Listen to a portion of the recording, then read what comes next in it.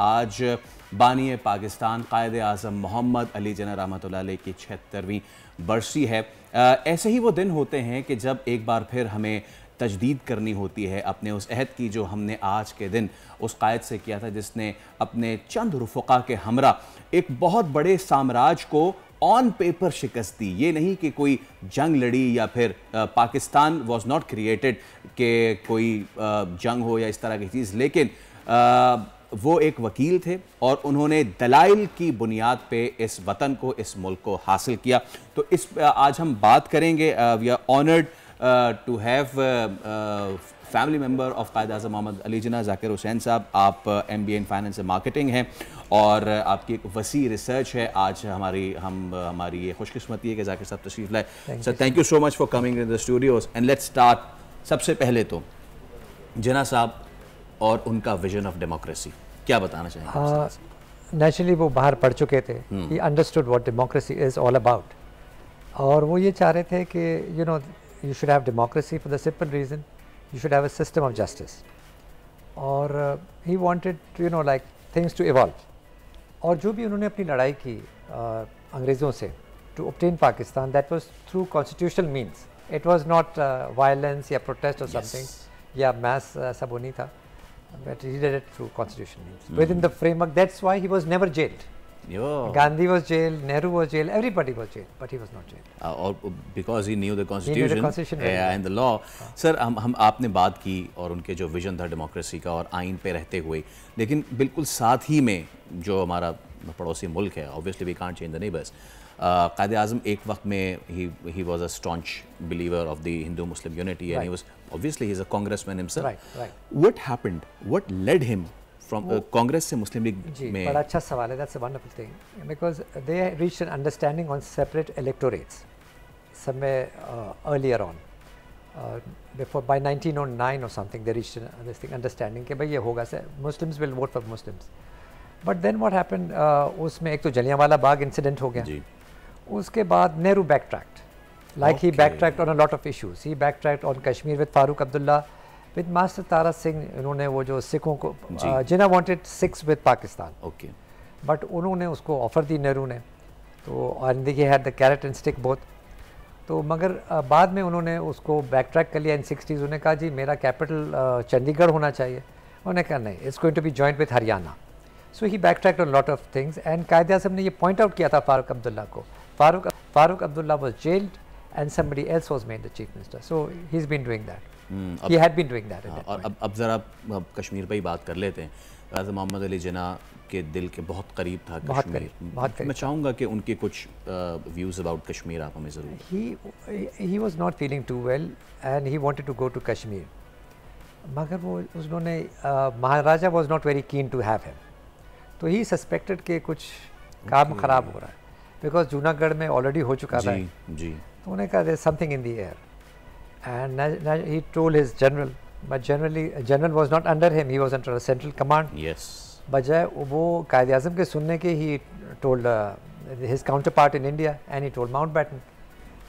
और फिर then Quaid Azam had to make a covert operation of Kashmir.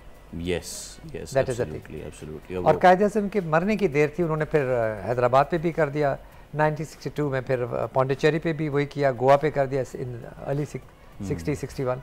तो they were all out for expansion and then you see they are again trying to create that Akhand Bharat type of thing. हालांकि वो princess की तो अलग choice थी कि किसी को भी ज्वाइन करे।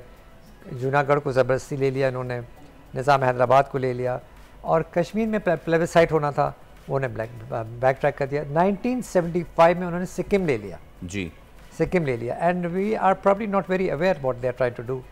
इट्स टाइम वी इस पे आपसे तो मुफस्सल गुफ्तगू जो है। और एक छोटा सा आइलैंड था अबव मालदीव्स, स्वाद्वीप or something, and Qaeda Lakshadweep, sorry, and he sent his ship there, but the ship was just late by a couple of minutes और Indian flag बन लग गया, and that was a Muslim majority area। अच्छा, अब sir इतनी सारी बातें हैं, जो कि आप बता रहे हैं, और ये तो हमें इसका शायबा भी नहीं है, क्योंकि लक्षद्वीप का तो अब इंडिया बहुत ज़्यादा क्लेम करता है। खैर, हम दोबारा कायदे आज़म मोहम्मद अली जिन्ना की तरफ आते हैं। सर को बिठा के तो पूरा प्रोग्राम कर लिया जाए, कायदे आज़म के ऊपर ख़त्म ना होंगी बातें, 2 घंटे में भी समाप्त नहीं होगा। 2 घंटे तो कम पड़ेंगे, 2 घंटे भी कम पड़ेंगे। मतलब ये एक ऐसी हस्ती जहाँ आज जो हम इतनी खुली फ़िज़ा में सांस ले रहे हैं, तो ये उन्हीं की बदौलत है। सर मैं चाहूँगा कायदे आज़म मोहम्मद अली जिन्ना, क्योंकि वो एक विजनरी लीडर थे, और ऐसा नहीं कि जस्ट एक फैक्शन ऑफ द सोसाइटी के हवाले से उनके, एवरीवन। तो आज हम देखते हैं मुल्क में इंटॉलरेंस और ये सारी चीज़ें माइनॉरिटीज़ के हवाले से, ख़ातीन के हवाले से कायदे आज़म मोहम्मद अली जिन्ना की। आपको ये बात जानकर बड़ी हैरत होगी कि पाकिस्तान बनाने के लिए हमें माइनॉरिटीज़ की ज़रूरत नहीं थी, but he made his peace with them and he guaranteed them constitutional rights. और जब पाकिस्तान की वोटिंग हुई तो 3 क्रिश्चियन मेंबर्स ने हमें वोट दिया। ना that is something, that means something, that you know he had them all on board. तो जब उन्होंने दिया, फिर don't you you know like उनकी तकरीर भी, you are free to go to your temples, you are free to go to this thing 11th। तो उन्होंने उनको बड़ा गारंटी किया constitutional rights, and your first law minister was a Hindu, जोगिंद्रनाथ Mandal.